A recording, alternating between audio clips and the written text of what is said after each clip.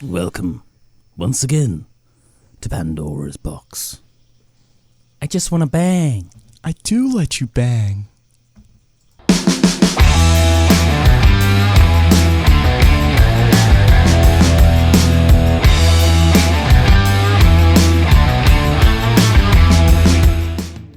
Welcome to Pandora's box. I'm your host as always, Obadiah Pennywhistle.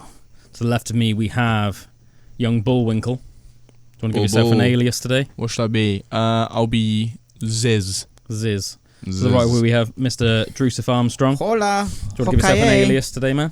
Yeah, Faldo. Faldo and Ziz. Yeah, cheers for joining us, everybody. If you're listening for the first time, Pandora's Box is a topical, factual, and sometimes just silly show where we talk about a plethora of different topics and subjects and all sorts of things, really. Sometimes we get quite educational, sometimes we get quite daft. So we don't know what's going to be coming your way today. What's coming out the box? We'll box? just find out. For any of you that didn't know what played us in today, that was The Eve of War by Jeff Wayne, and that was Jeff Wayne's musical that was written about the War of the Worlds. So it's quite like a legendary piece of fiction, really, The War of the Worlds, and it's got a great story behind it. So, did you know that when that was originally released on air, so Orson Welles basically released that on the radio back in 1938, and it was the week of Halloween, and he released it. And he sort of tried to make it so it seemed like it was like a real broadcast, like it was like a legit radio. Right. But he said that he thought him and his team that were sort of putting it together. And it's funny because I could almost imagine us trying to do something like this, and you'd never imagine in a million years that people would actually fall for it. Yeah. But him and the guys that he was working with in the studio, they thought they're going to try and broadcast it like it's a real life event. But he thought that him and his the co-workers never believed in a million years that anybody would ever take it seriously because they just thought it was so out of this world, literally. But yeah, loads and loads of people took it seriously, and it literally caused mass hysteria and mass pandemonium. Yeah, so I got something up about it. I'll read it. What, with the music and everything? That's or what was it just I think. the story? With, well, no, because Jeff Wayne writ, if I believe this right. So it was originally The War of the Worlds was a book that was written by H.G. Wells. Okay, so H.G. Wells wrote the classic The War of the Worlds in I think sometime late in the 1800s. I think, and it was in 1938 that Orson Welles made a radio adaptation, and then later on, I think maybe in the 80s, I think then Jeff Wayne made a musical out of it. Okay, right. So at the time, it wouldn't have been what we just listened to okay, there. Yeah, obviously, actually, in 38. But I've got something up about it, so I'll read out about it. So it says, on Halloween morning, 1938, Orson Welles awoke to find himself the most talked about man in America. The night before, Wells and his Mercury Theatre on the air had performed a radio adaptation of H.G. Wells' The War of the Worlds, converting the at the time 40-year-old novel into fake news bulletins that described a Martian invasion of New Jersey. Oh my God. Some listeners mistook those bulletins for a real-life reporting, and there were thousands of anxious phone calls to police, newspaper offices and radio stations, convinced many journalists that the show had caused nationwide hysteria. By the next morning, the 23-year-old Orson Welles' face and name were on the front pages of newspapers coast to coast, along with headlines about the mass panic his CBS broadcast had allegedly inspired. Welles barely had time to glance at the papers, leaving him with only a horribly vague sense of what he had done to his country. He'd heard mass reports of stampedes, even suicides, and of angered listeners that were so angry with him that apparently there were people that said they were going to shoot him on sight if they saw him because they'd caused so much destruction to America. He said at the time when interviewed about it, if I'd planned to wreck my career, I couldn't have done it any better way. That's cool. I like that. And then it goes on to say, with his livelihood and possibly even his freedom on the line, Welles went before dozens of reporters, photographers and newsreel cameramen at a hastily arranged press conference in the CBS building. Each journalist asked him some variation of the same basic question: Had he intended, or did he anticipate at all, that the War of the Worlds would throw its audience into mass panic? And then goes on to say that question would follow Wells for the rest of his life. But apparently all the people that worked with him to this day, like say that, like right up until the day they died, say that nobody ever intended it, like to cause mass panic. Like they almost like wanted it, some people to believe it just because it was like Halloween. Yeah. But they just never believed in a million years that it would happen. So the idea that like people would take it so. So if you say he was 23 when he did that as well, that's pretty young, isn't cool. it? That's like you know, you're just wanting to. Do you know what I mean? Like I don't think you think about it so seriously as you were if you're a bit older, maybe. I think you got to bear in mind, like in say like 1938. People tended to do stuff a lot younger. People would grow up faster, so it wasn't uncommon for you to have like a full, like have like 2 or 3 kids at home and like a full-fledged career by the time you were 23. Whereas nowadays, when you're 23, you're only really sort of still trying to figure out your life. So but yeah, and then it goes on to say. What's that? There's some more interesting information. I know that apparently it's like really funny. There's in America apparently in New Jersey there's like water tanks that are on like that are like quite up high, like I know the sort of 30 feet up high. You mean. On like and they stand them on like 3 like big legs essentially, and because the news broadcast was describing like these Martian invaders as coming down on like tripods and stuff like that. Apparently there were like crazy like angry anxious like farmers like driving around New Jersey in the middle of the night in like trucks, like all these men that had got onto the back of these like pickups, and they were like driving around firing their shotguns at these water tanks, thinking that it was Martians invading. Oh my, crazy, that's such a good story. So absolutely crazy. I really want to hear the radio broadcast that they put out now. It'd be interesting to know if you could find it on YouTube or something. That'd be so cool. But it goes on to say, by the end of October 1938, Wells' Mercury Theatre on the air had been on CBS for 17 weeks. It was a low-budget program without a sponsor. The series had built it, so this is like giving some background now. So this is actually like before the event. This was a low-budget program without a sponsor. The series had built a small but loyal following with fresh adaptations of literary classics. But for the week of Halloween, Wells wanted something very different from the Mercury's earlier offerings. In a 1960 court deposition, as part of the lawsuit suing CBS to be recognised as the broadcast's rightful co-author, Wells offered an explanation for his inspiration for the War of the Worlds. He said, I had conceived the idea of doing a radio broadcast in such a manner that a crisis would actually seem to be happening in real time, and would be broadcast in such a dramatised form as to appear to be a real event taking place at that time, rather than a mere radio play. Without knowing which book he wanted to adapt, Wells brought the idea to John Houseman, his producer, and Paul Stewart, who was a veteran radio actor who co-directed the Mercury broadcasts. The 3 men discussed various works of science fiction before settling on H.G. Wells' 1898 novel, The War of the Worlds, even though Houseman doubted that Wells had ever even read it. The original The War of the Worlds story recounts a Martian invasion of Great Britain around the turn of the 20th century. The invaders easily defeat the British army thanks to their advanced weaponry, which included a heat ray and poisonous black smoke, only to be eventually felled by earthly diseases of which the Martians had no immunity for. It's just so cool. And then just basically went on to say that, like, basically the original novel was actually supposed to be like a satire of British imperialism. So it was like, Britain was like the most powerful colonizer in the world and suddenly found itself colonized. So it's supposed to be like satire, Right. But it had like some real world basis. So apparently in 1877, the Italian astronomer Giovanni Schiaparelli had observed a series of dark lines on the Martian surface that he called canali, which is Italian for channels.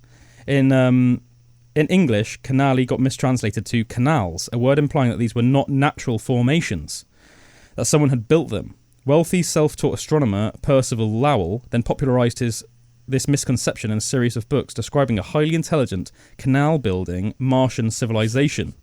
H.G. Wells then drew liberally from these ideas in crafting a story of alien invasion, the first ever of its kind. So that's a really cool point in itself. Because there's so much stuff like literature about aliens and movies about aliens nowadays. That's quite cool in the fact that it's like the first ever piece of work, like, the first ever piece of like science fiction. By 1938, the War of the Worlds had become familiar to children through the medium of comic strips and many succeeding novels and adventure stories, as Orson Welles told the press the day after his broadcast. After Wells selected the book for adaptation, Houseman passed it on to Howard Koch, a writer recently hired to script the Mercury broadcast with instructions to convert it into a late-breaking news bulletins. Koch may have been the first member of the Mercury to read The War of the Worlds, and he took an immediate dislike to it, finding it terribly dull and dated. Science fiction in the 1930s was largely the purview of children, with alien invaders confined to pulp magazines and the Sunday funnies. The idea that intelligent Martians might actually exist had largely been discredited. Even with the fake news concept, Koch struggled to turn the novel into a credible radio drama in less than a week. So, I think basically the point is it was really rushed. This broadcast, like they literally went into the studio. They hadn't even picked what book they were going to adapt. And it wasn't just Wells that picked it; it was him and the two producers. Like, so it was going through some bits, and like Orson Welles hadn't even like read it himself. They sort of like rushed to like pick it, and then in less than like a week's time, they basically gave this guy like said that right, you need to like adapt this into like some like fake news bulletins, and the guy was like, for God's sake, and didn't even like the idea, didn't even think it was like a particularly good story.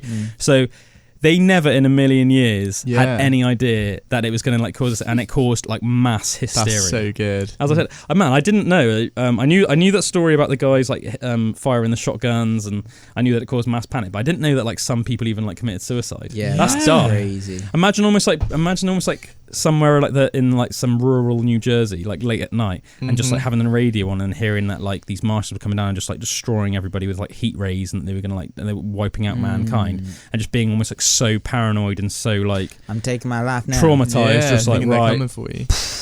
Oh my God, that's a crazy story, isn't it? I felt like we need to on Aspen Waite Radio. Yeah, we ought to on Halloween just randomly do a remake. Just randomly every now and again, we're going to do a fake news bulletin. Yeah, throughout the day. That could be very risky, couldn't it? Yeah, I said he had to go to court for that and everything.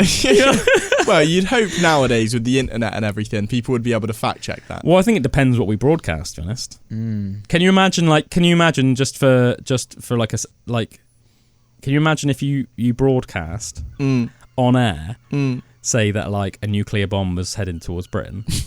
Can you imagine like the mass hysteria that would create? Like imagine if you were just driving in your car and you heard that, and you just like switched on to Aspen Waite Radio and you'd never heard the station before. If you heard that, you would almost just like trust that nobody would ever be such a moron to make that up, wouldn't you? Do you know what I mean? Yeah.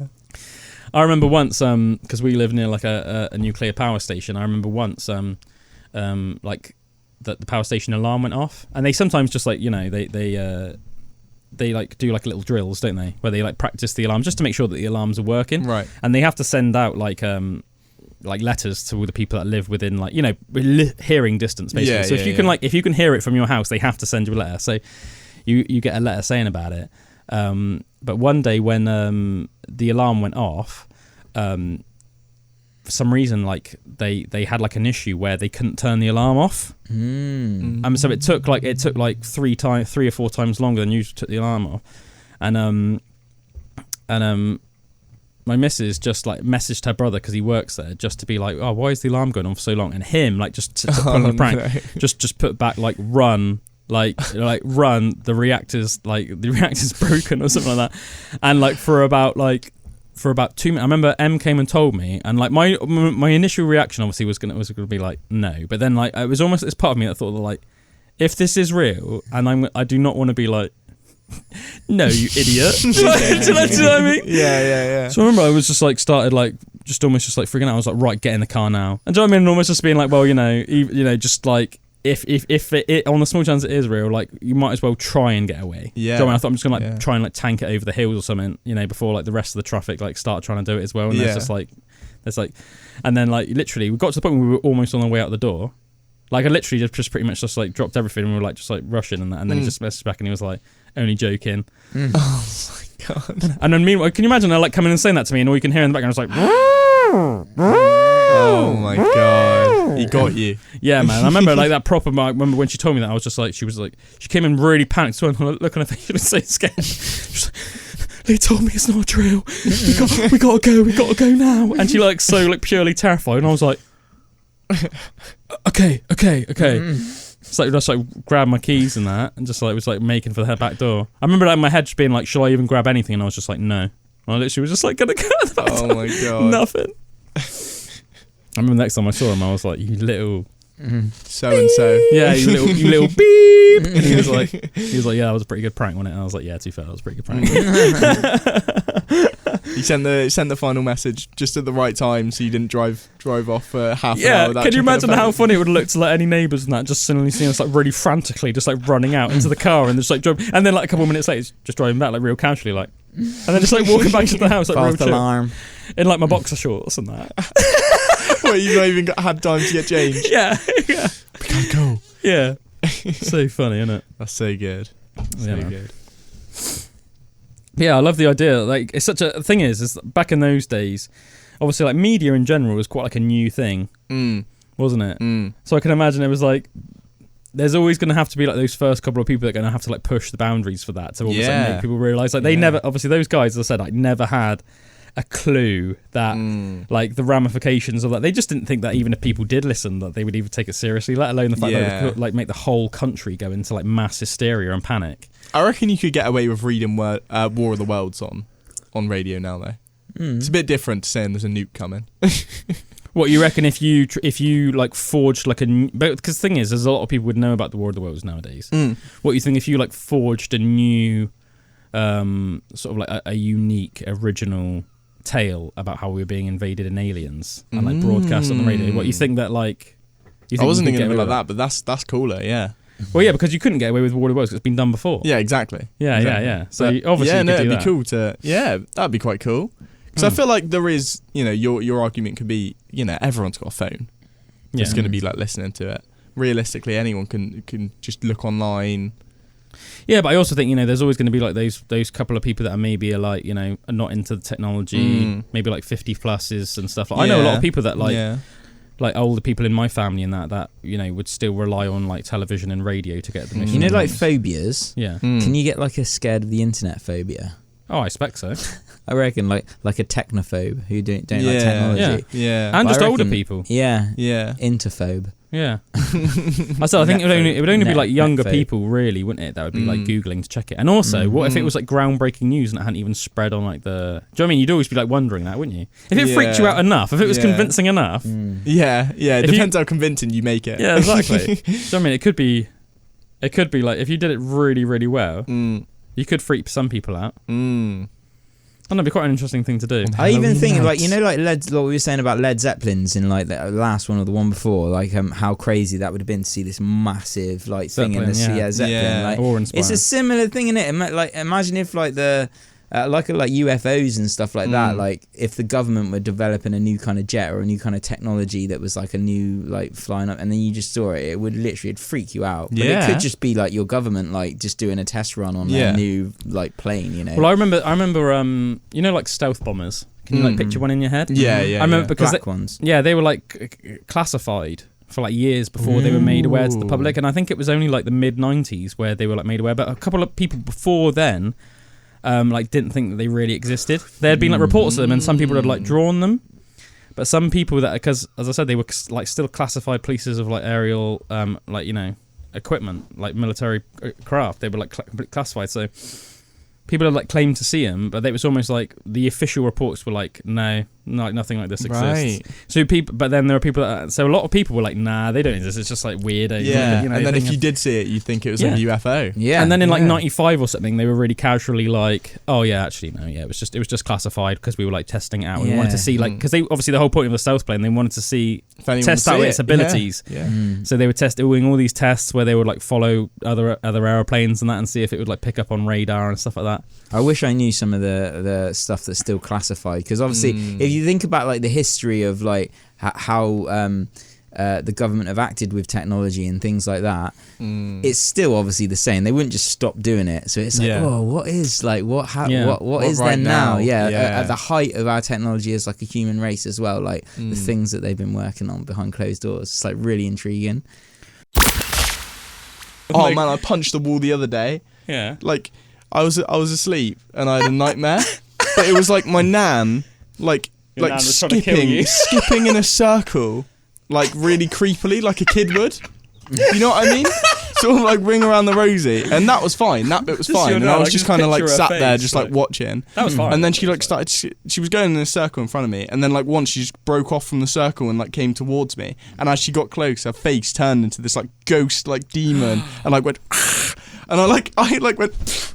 And literally jabbed it, and then just like really hurt my hand. And I woke up and was like, "Oh fuck, mate!" Did you know what's weird about that? I had a similar dream, but about Emily's nan, Wendy. Really? I had a dream that I was in my kitchen with Emily's nan, and we were just chatting away as normal. And Emily's nan's got like a real distinctive laugh. It's like this really like funny, like cute little Somerset lady. It's like. Right. But it's like, it's quite, it's not quite as weird as that. Yeah. But it's quite similar. But in my dream, like she laughed at something and she was like, but then it was like, oh my God. And then I looked at her and her face, it started all distorting in that, and then she was like, it was like a full on, she went really deep, demonic, and then I fucking woke up and I was like, what? And then I remember telling them, and she was like, what? She was like, you had a dream that my nan's had some weird demon, and I was explaining, she was like, that is fucking weird, and I was like, yeah, I know it's weird.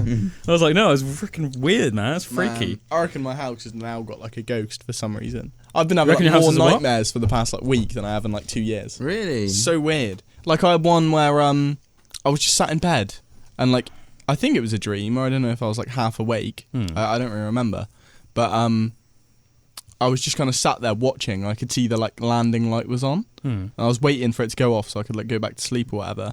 And then it sort of went off, and I heard footsteps towards my door. And then who I assume was my dad, but it could have just been some like corpse, just like came in floating.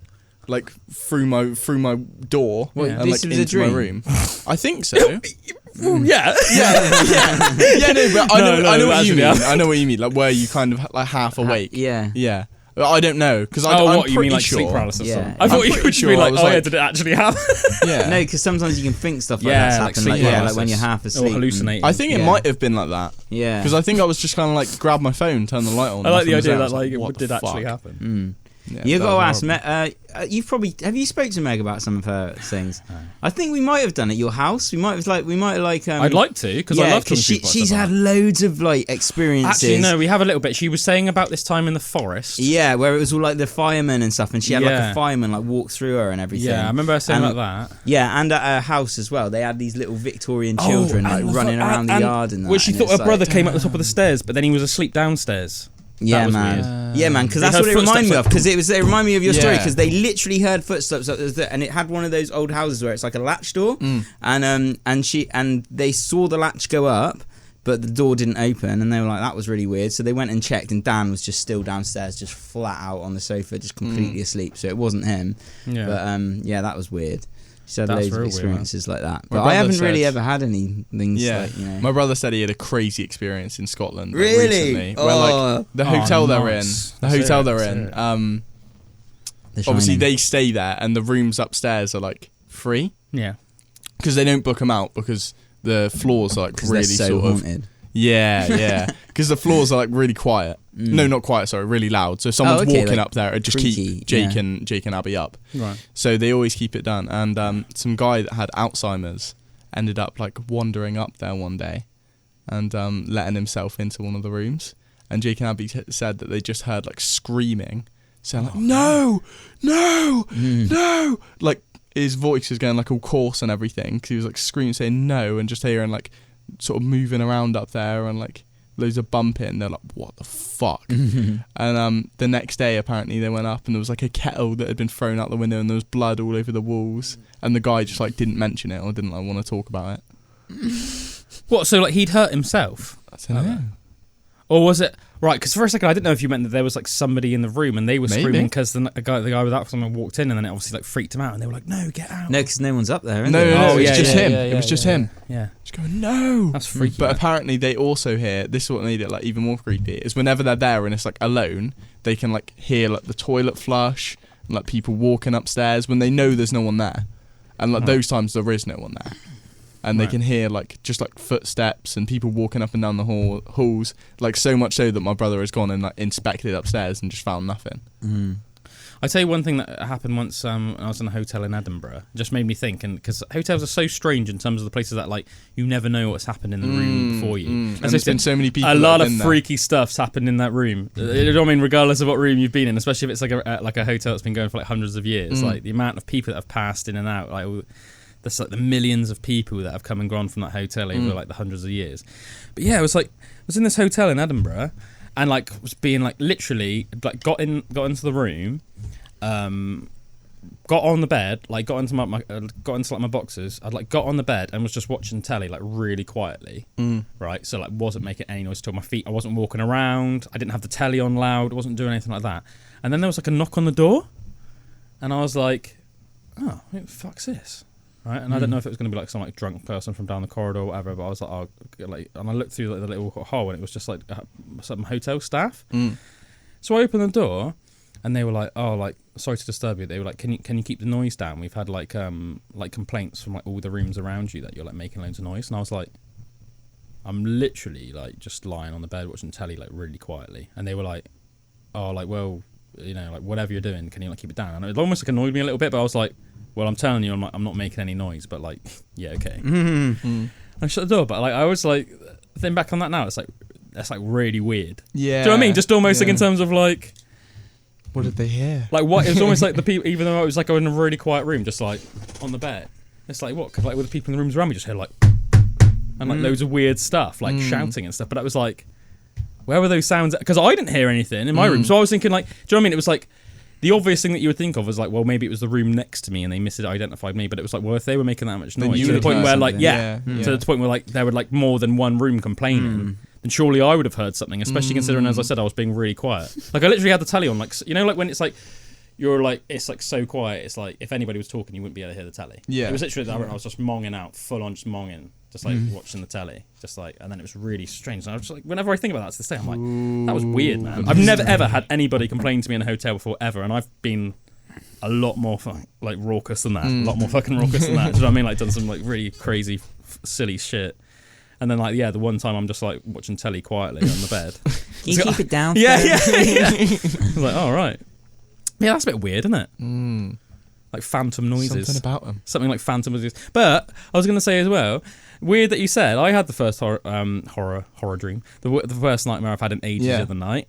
And it was really weird, actually. It almost like started off in my head. And do you know what? I reckon it was because, do you remember like last week I said I played a song, didn't I, by a band called Camel, and I said the track reminds me of like something like from like a level of GTA where you like play, I remember. and it'd be like something where you'd like get stoned in the game and you'd have to like kill loads of aliens or something.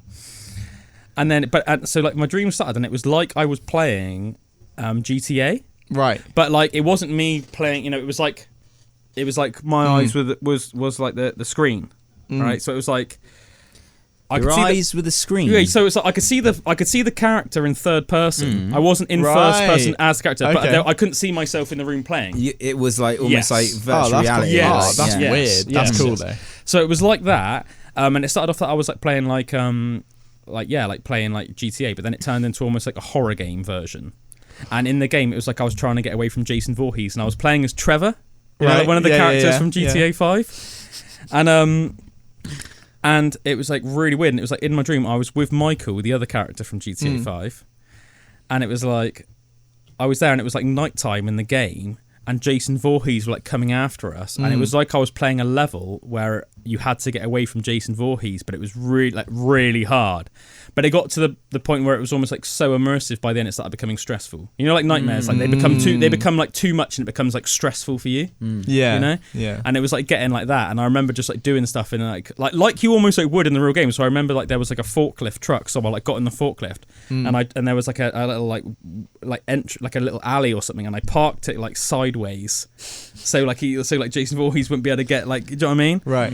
Like get through and stuff like that. But it was like every time I'd be like running in the game, and it was like nighttime, and every time I look behind me, you'd be like really close, and it was like just really like, oh my god, like, making me stress like out. But you can't get away. Yeah, and then like I can't remember what happened in the end, but it was like I finally woke up and I was just a bit like, well, that was like a weird like horror version of GTA 5 that I just like lived out in my head. Like, do you know? I had a thought recently. Yeah.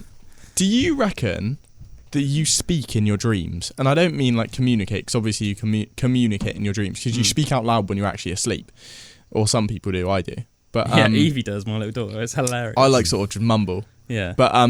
But yeah, I came to this conclusion after a dream I had where I woke up and was like, whoa, that was weird. I don't think that anyone actually talks. Like, I don't think their lips move. And when I thought about it, like kind of makes sense. anyone that you dream about, or you? Yeah. Oh, I don't know. I think. So I think telepathically, I almost like know what they're saying, but I don't think anyone actually I think everyone's just kind of like.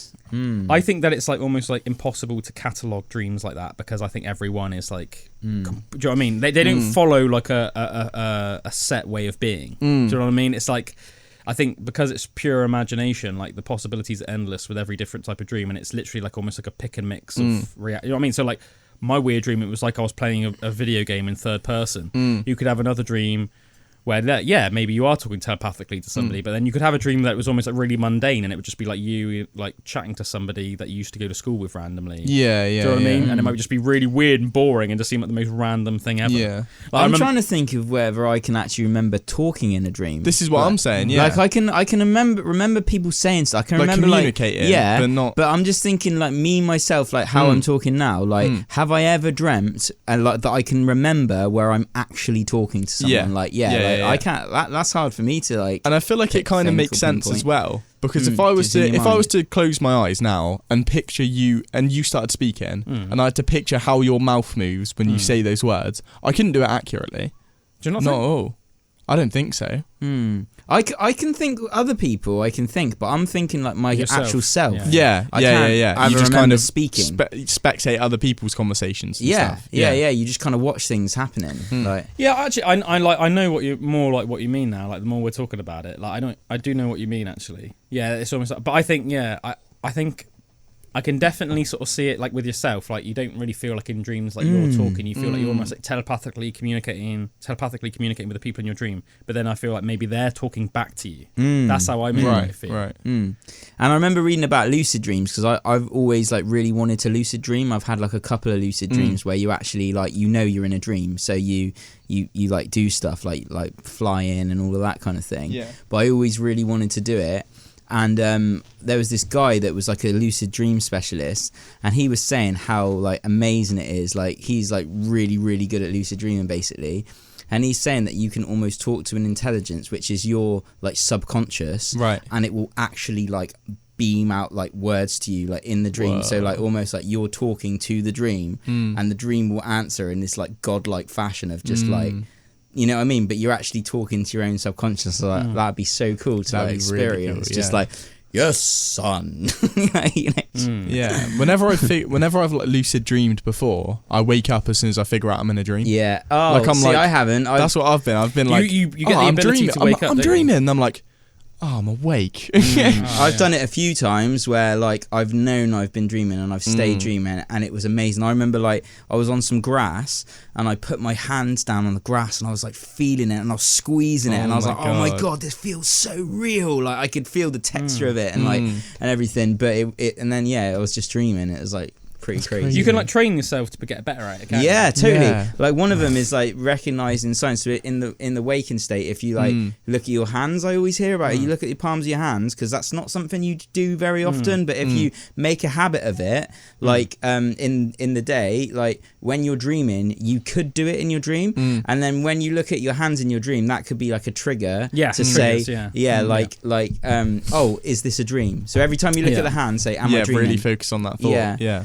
And I thought that's pretty cool, but it's something I'm really interested in. I'd like to do, but I've never put the time in to do it. One of the things I think is most one of the coolest things that people don't even really talk about enough is that, did you know that scientists like neurologists don't even know to this day why we even dream? Really? They don't even know 100% why we sleep. They know what the benefits of sleep are to us, but they think that from an evolutionary standpoint, if you think about it, like sleeping is so inefficient.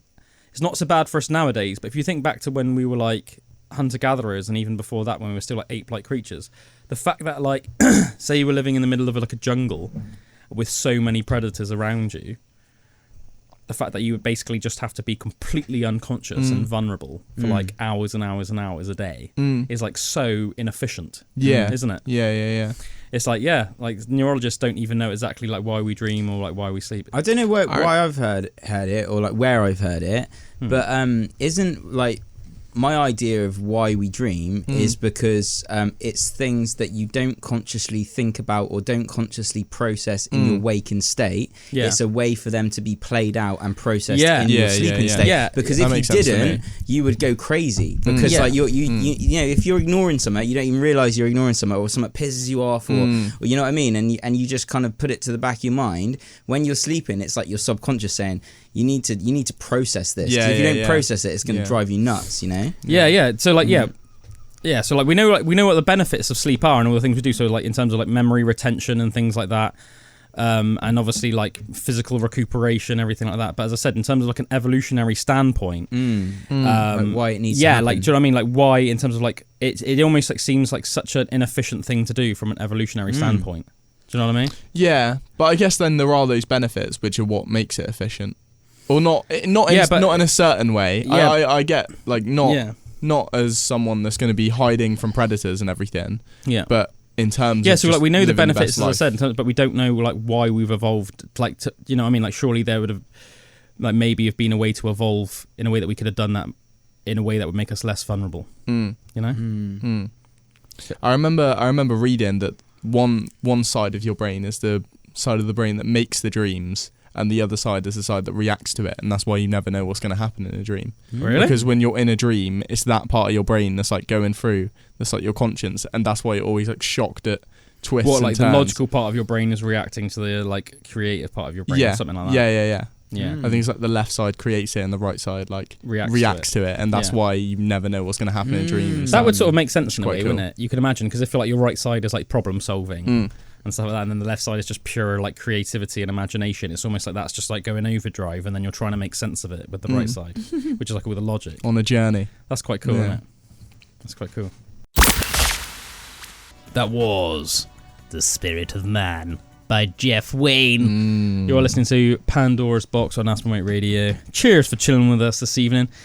If maybe you're listening for the first time on the radio and you're not aware, Pandora's Box also is a podcast that's on YouTube and Spotify.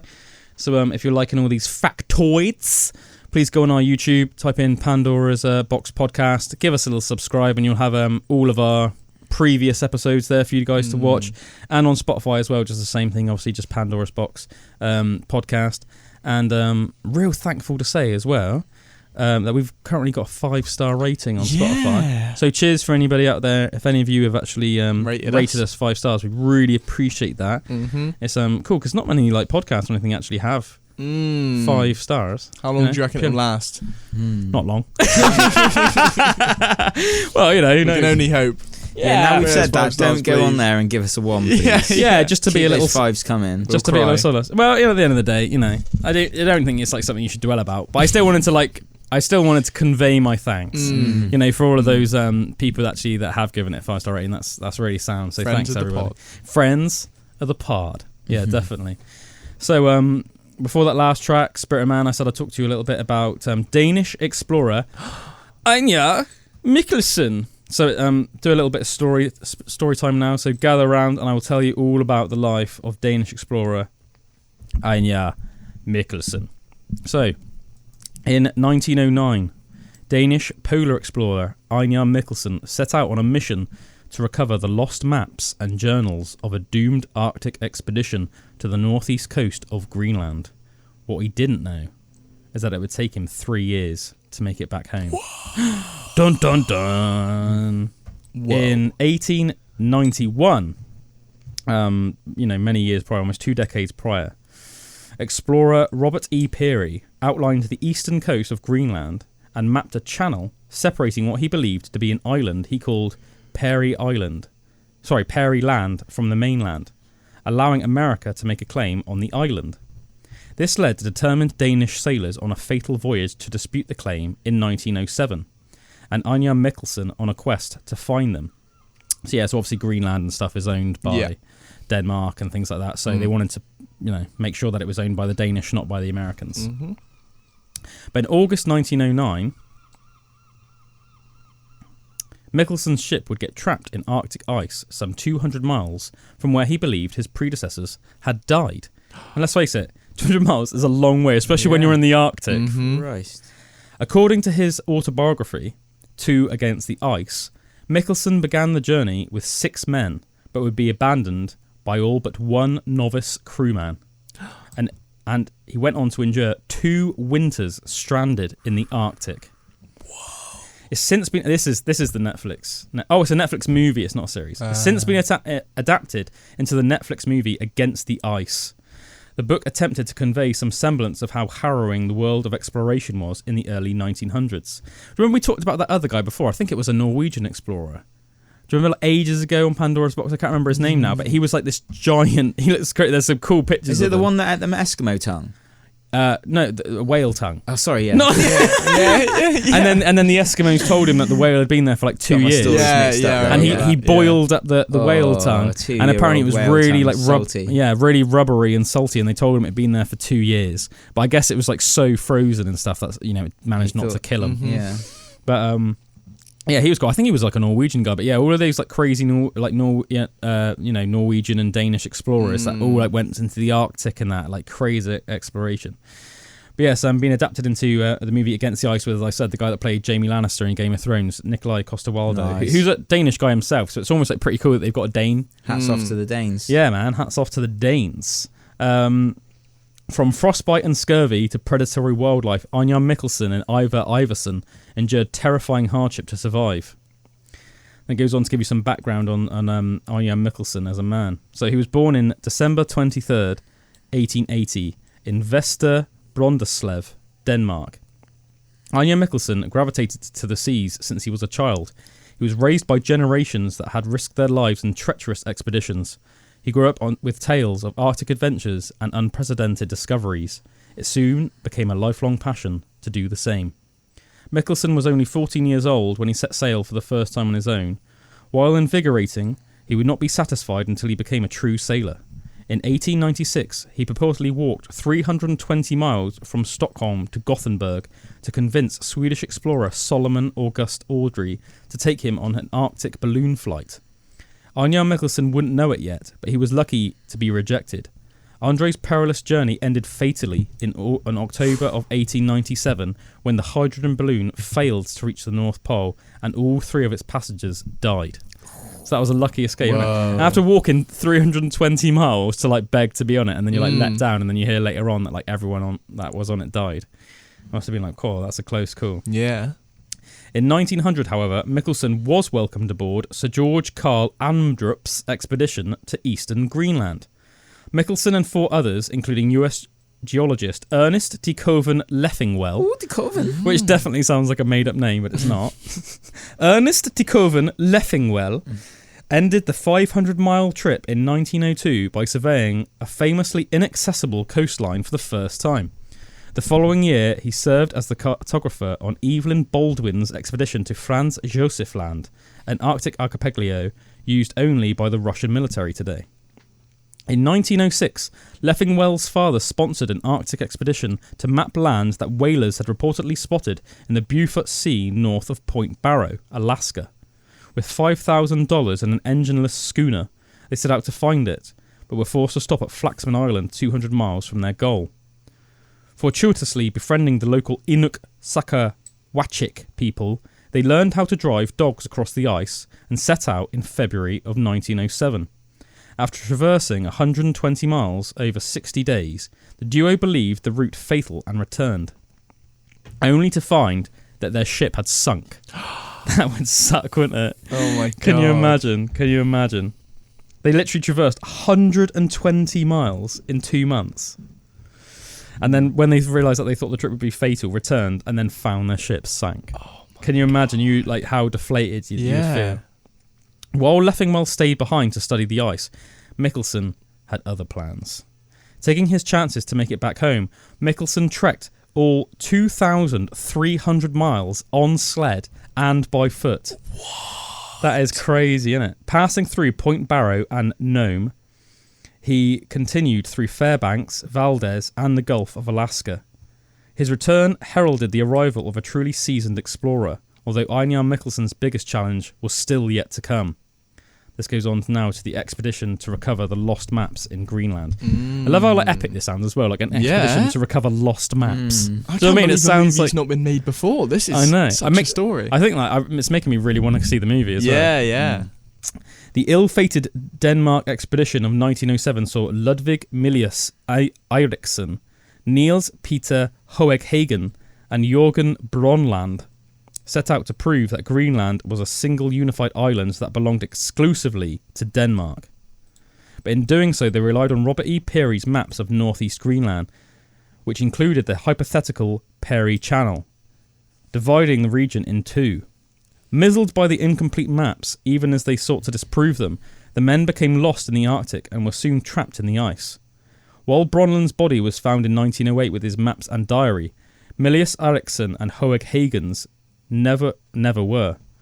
As a Dane and fellow explorer, Ejnar Mikkelsen couldn't decline when British newspaper magnate Lord Northcliffe offered to finance a 1909 expedition to locate them.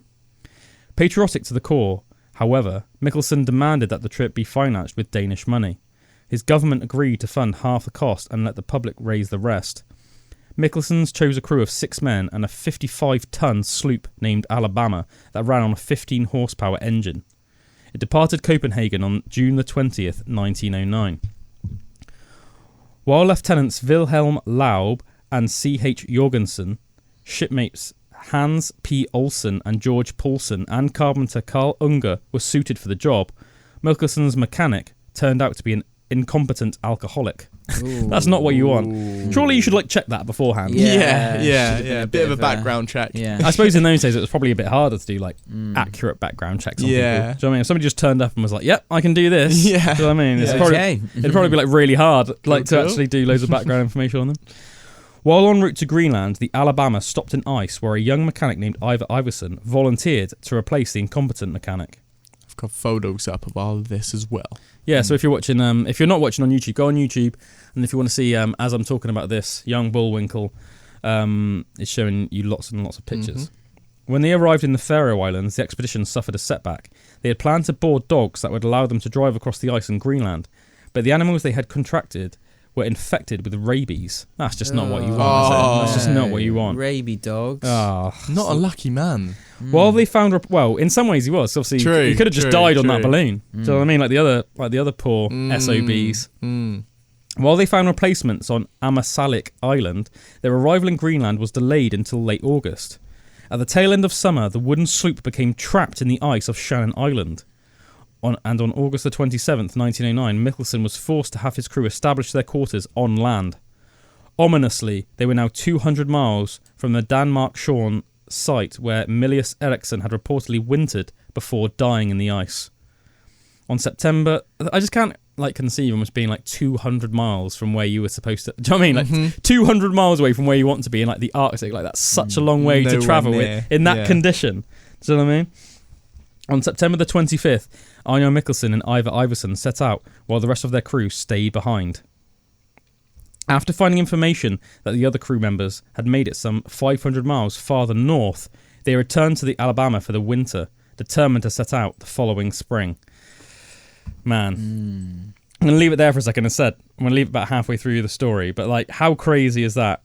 So they've just determined, as I said, after finding information that the other crew members had made it some 500 miles farther north, and now they've returned to the Alabama to the ship to try and literally wait it out for the entire winter, because the winter's going to be so harsh, they're not going to be able to even make it out until the spring. So you basically just have to set up camp and just hope that you don't freeze to death. Crazy. And hope that you can have enough food in that to hold it up. That was Made of Stone by the Stone Roses. Love the Stone Roses. Classic 90s British band. Before that we had Thunderchild by Jeff Wayne. You're listening to Pandora's Box on Aspen Waite Radio. I'm your host as always, Obadiah Pennywhistle. To the left of me we have young Bullwinkle, who today is... Ziz. And to the right of me we have Mr. Drew Armstrong, who today is... Faldo. We are telling you the life story and the epic journeys of Ejnar Mikkelsen, the famous Danish explorer who there's a new Netflix movie out about at the moment with the guy that played Jaime Lannister, Nikolai Coster-Waldau, is playing him in the Netflix movie. So where we just left off, Ejnar Mikkelsen and Ivar Iverson have just tried to set up camp in their ship, the Alabama, which has been stuck in ice, which is now stuck in ice, and they're going to have to camp out over winter because basically the conditions will just be too nasty. So they're going to try and set out the following spring. So, how Ejnar Mikkelsen and Ivar Iverson battled against the ice.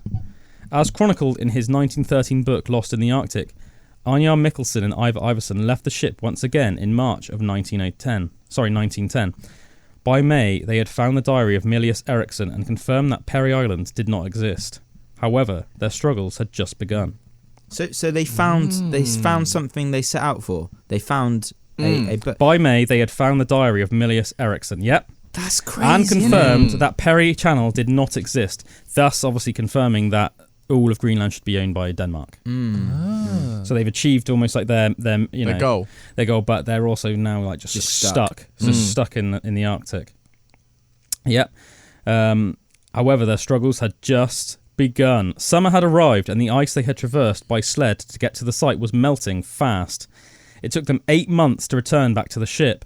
Along the way, they resorted to eating their sled dogs to survive. Whoa. And suffered daily hallucinations after the last of their dogs died.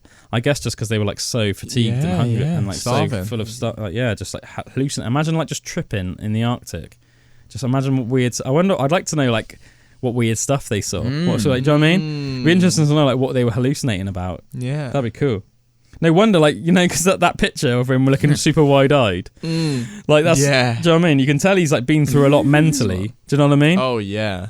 Yeah. It says when they finally made it back to the Alabama, they found they had been abandoned by their shipmates, who found passage home aboard a sealing vessel. You can't really blame them in a way. I mean, it's pretty bad for them to leave them, but maybe they thought that they just died. Because let's face it, by this point, I mean, it says that it took them 8 months just to return to the ship after they'd found those diaries. That's a long time. Oh yeah. Do you know what I mean? That's that doesn't even 2/3 of a year. Them going to find exactly the stuff. Exactly. I still can't believe that they actually found those diaries. When you think of all the snow and all the ice and everything, like how huge it must have been. Like, how the hell did they get their hands on that? Really, 200 miles off. Yeah. Really good explorers, great cartographers. But it's so impressive, isn't it? Yeah. Think about how big the Arctic is. If you look at it on a map, that's what I mean. And this little diary. Yeah. Can you imagine how euphoric they must have felt when they found that diary? I think it'd been like 20 years by that point. So that's 20 years, as you said, of like snow and ice building up. What like, the hell? Do you know what I mean? It's a long time. It's not like it was like from like the previous winter. It then goes on to say when they finally made it back to their ship and they realised that their other crewmates had escaped on that sealing vessel, they would be forced to endure 2 further winters in Greenland, surviving on abandoned rations from previous expeditions that they found, while evading predatory wildlife. That'd be sketchy, wouldn't it? I think polar bears, man. Yeah. And polar bears are vicious as well. And the thing is, it's life is so harsh up in like the Arctic like that. It's like if a polar bear sees you, it 100% is going to try and eat you. Oh yeah. It's not like, you know, when like you see like grizzlies and it's like they might or they might not. With a polar bear, it's almost like no, they will. Yeah. And they're just so massive. It's like, well, what can you really do? You know, unless you have like guns on you. Especially when you got like no energy. Yeah, no energy. And think if you didn't have like even if you did have a gun on you, like it would probably jam because they probably freeze over. The explorers used their quarters on Shannon Island as long as they could, but it would prove insufficient for the long winter ahead. So they used timber and planking from the wreckage of the Alabama ship to construct a small cottage. When it appeared as though all hope was lost. Ooh. Oh, that was a little message from heaven. From Ejnar Mikkelsen in heaven. Thanks for sharing my story, guys. Yeah. It says, when it appeared as though all hope was lost, the 2 men were rescued on July the 19th, 1912, by Norwegian steamer the Sjolensten. Not dissuaded from adventure, the Danish explorer led an expedition to the Sørmasug municipality in eastern Greenland in 1924. Then he settled what became one of the most remote inhabited places on Earth, which was henceforth known as Scoresbysund. What's that noise that keeps happening? Just turn on the one that says Zoom. Turn that down. Yeah, that's right. I was quite honest. I thought it was adding to the story. I didn't mind it at all. I didn't mind.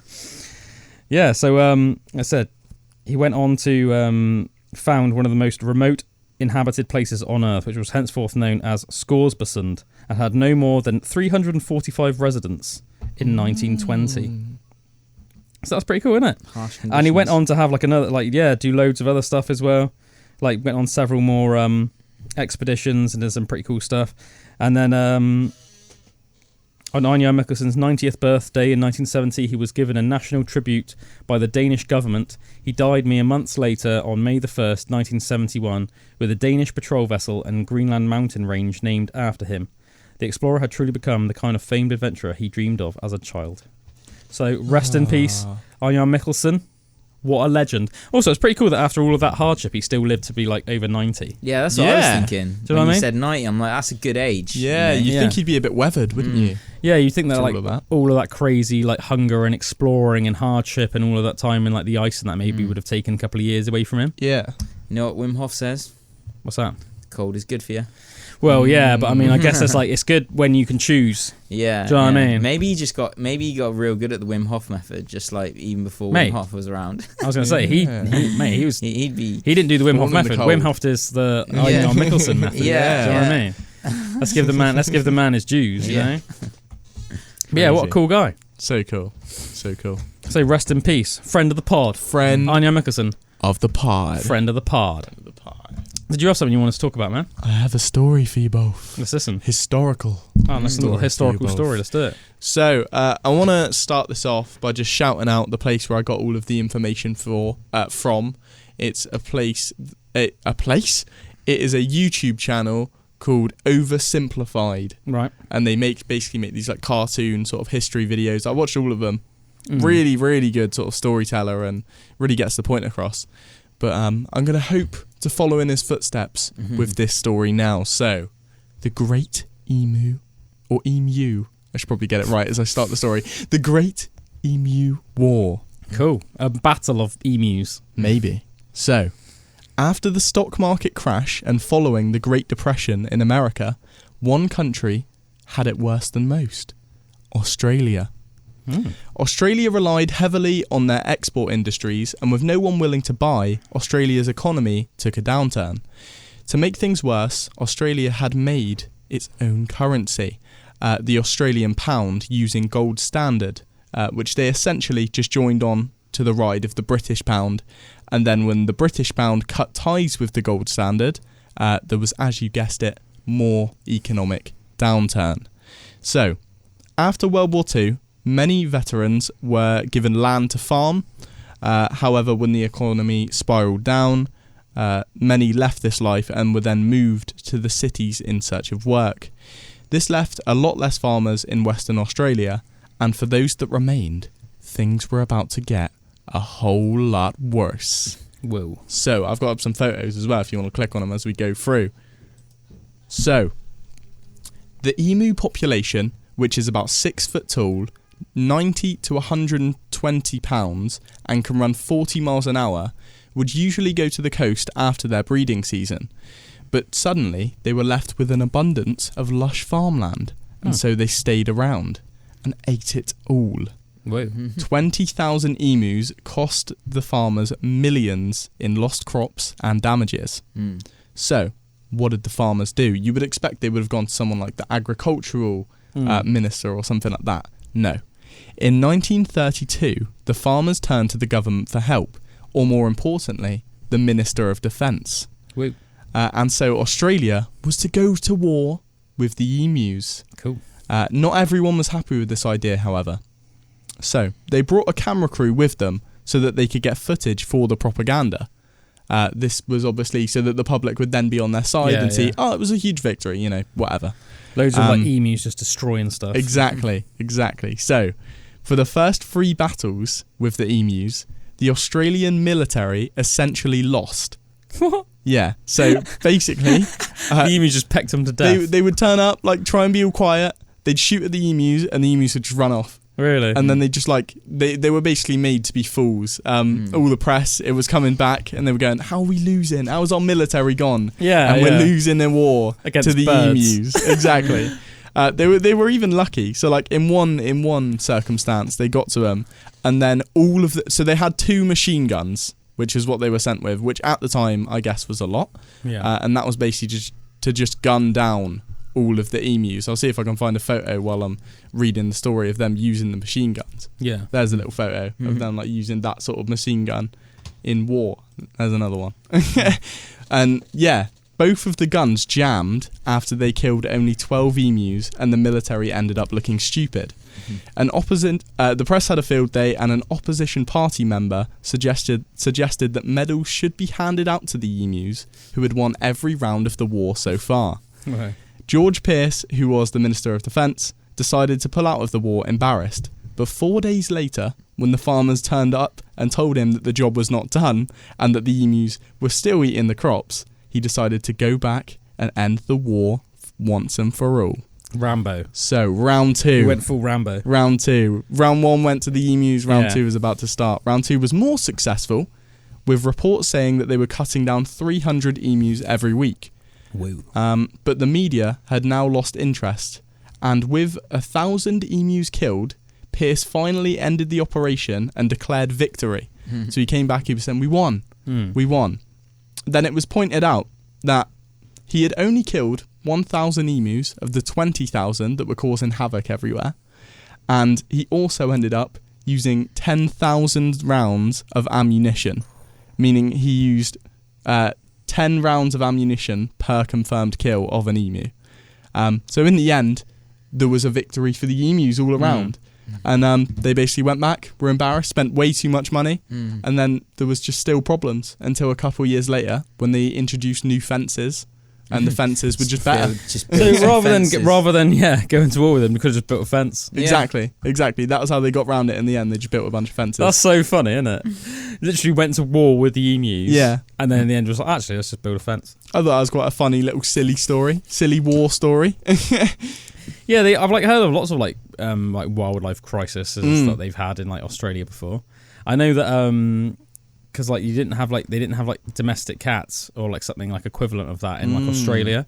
But obviously when European settlers started settling in Australia, they like the kiddies. They bring them along. cats would come over. But then stray cats became a massive problem in Australia, right. To the point where I think even to this day you can get an unlimited amount of tags. So if you're a hunter, you're not allowed. If you're a hunter, you're not allowed to just hunt indiscriminately. So you'll get given depending on the animal, you'll get given so many tags. So a tag means that you could kill. So we've got given one tag, I mean you could kill one of these species, right? But I think that in Australia you can get pretty much unlimited tags for stray cats, and they literally obviously just look like domestic cats in Britain or Europe or the US, whatever. Just think of any domestic cat, but they've just gone fully wild and they have just destroyed. They're just destroying Australia's ecosystem. Oh my god! So there's hunters in Australia that spend all their time just shooting cats. Whoa. It's crazy, mate. Get up some pictures. Type in Australia cat problem. Yeah, Australia cat problem and hunting cats and stuff. I don't want to see it. It's pretty savage to see the images because it's you know what I mean. Especially because I love cats. So it's but that you can see why the problem arises because obviously things get out of balance. Yeah, ecosystems evolve as well. As we talked about before, it's if you don't have to evolve for a certain predator, well then you're not going to be. So there's types of ground nesting birds that had no predators, that they didn't have to worry about anything that would prey on them in the way that a cat does. Yeah. And but then as soon as the cats came along, these cats came, and apparently they've wiped out entire species of ground nesting birds, and apparently wiped out species of frogs and that as well. This is crazy. So the final report found that every year each individual feral cat in Australia kills 390 mammals, 225 reptilians, and 130 birds. Oh, reptiles. Reptiles. What did you say? Reptilians. So that adds up. Yeah. Every year, feral cats kill 1.4 billion native Australian animals. Yeah, man, they're killing machines, aren't they? Crazy. Cats are almost the perfect killing machine. Do you know what I mean? When you just round up those stats. I mean, that's not like a lion or that's just that's a cat. That's just a little domestic cat. Well, so do they not have wild cats over in Australia? No, not at all. That's crazy. No, I don't know. Off the top of my head, I don't want to think they have any sort of native cat like that. No. Anyway, doesn't matter. Doesn't matter, man. Doesn't matter. Doesn't matter. Got to wrap up the show. What? Yeah, it's the end of the show. Thanks to everyone that's made it this far with us this evening. We appreciate every single one of you. We'll be back next week again for some more Pandora's Box shenanigans. Until then, have a great week. We loves you.